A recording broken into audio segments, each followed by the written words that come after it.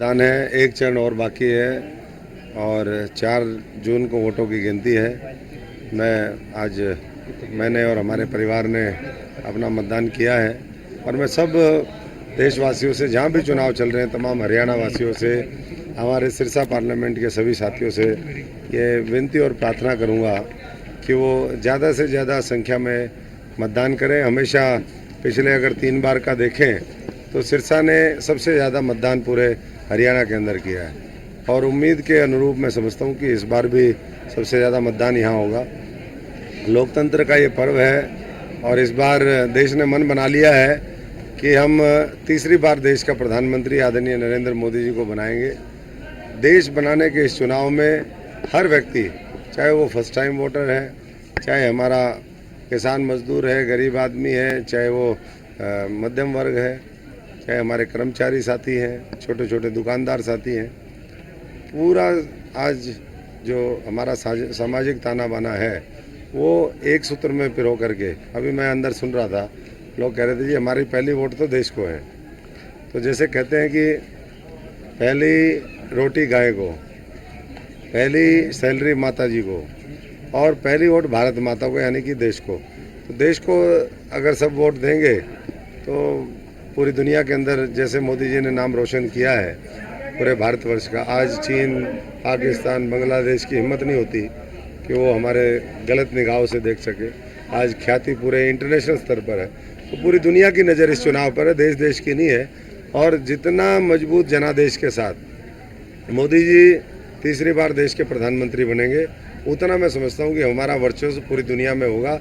आज 100 करोड़ लोग वोट दे रहे हैं, ये सबसे बड़ा और सबसे युवा लोकतंत्र है। तो इसलिए मैं तो आश्वस्त हूँ कि सिरसा के लोग पिछली बार 3,08,10 हज़ार वोटों से जिताया था। इस बार मुख्यमंत्री जी, नायब जी आए, मनोहर लाल जी आए और पार्टी का शीर्ष नेतृत्व आया, योगी जी आए, योगी आदित्यनाथ जी आए, जो भी नेता यहाँ पर आया सबने आश्वस्त किया कि ये सीट हम 6,51,000 से कम जिता करके देंगे। तो बाकी तो मैं समझता हूँ कि लोग यहाँ पर धक्के से आए हैं, लोग छोड़ करके भागे हुए लोग हैं यहाँ से। 28 साल पहले जब हराया था उसके बाद कभी दिखाई नहीं दिए, फिर वो जहाँ गए वहाँ पर उस कॉन्स्टिट्यूंसी को खराब करके आए। एक मॉडल आज कांग्रेस के अंदर देखने को मिलता है, आज एक मॉडल देखने को मिलता है कि एक कॉन्स्टिट्यूंसी खराब करो, दूसरी में जाओ, दूसरी से तीसरी में जाओ। लेकिन मैं उनको कहना चाहूँगा, देश कांग्रेस मुक्त भारत चाहता है। देश गांधी जी के उस कथन को पूरा करेगा जब उन्होंने कहा था कि आज़ादी के लिए कांग्रेस पार्टी बनी थी, इसलिए इसको डिसबैंड कर देना चाहिए।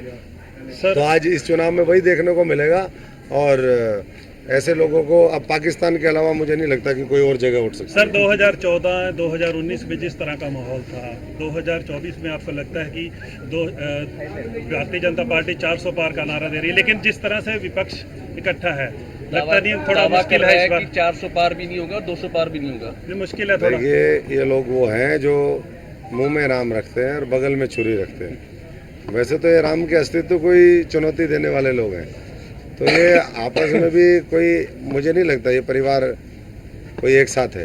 ये आपस में इतना खुद वो है, पार्टियों के अंदर आपस में इतनी गुटबाजी है, अनुशासनहीनता। वो रोज़ आप देख रहे हो, रोज़ तो लड़ते हैं, कभी टोहाना में लड़ते हैं, कभी कहीं लड़ते हैं, रोज़ लट्ठम लट्ठा। तो ये लठतंत्र को कोई पसंद नहीं करता। देश आज संविधान के हिसाब से, बाबा साहब के संविधान में जो अधिकार दिया है कि राजा रानी के पेट से पैदा नहीं होना चाहिए, आपके वोट से पैदा हो।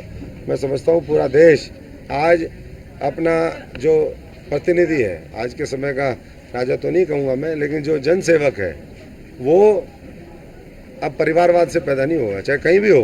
पूरे हरियाणा में भी परिवारवाद साफ होगा और देश में भी परिवारवाद साफ होगा। ठीक है, थैंक यू।